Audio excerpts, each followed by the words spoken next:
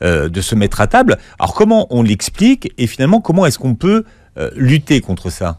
Alors, ce qu'il faut comprendre, c'est que les fibres, ces fameuses fibres dont on a besoin, qui nourrissent nos bonnes bactéries, elles ne sont pas digérées par l'intestin grêle.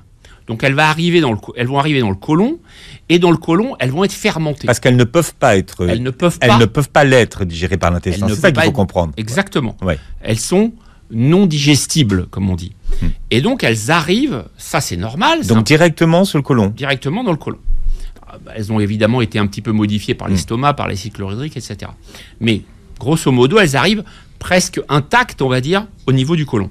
Et dans le côlon, nos bactéries de notre microbiote, elles vont faire leur travail. Elles vont dégrader justement ces fibres.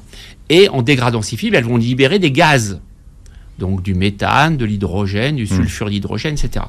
Alors, chez quelqu'un lambda, on va dire, il va rien se passer.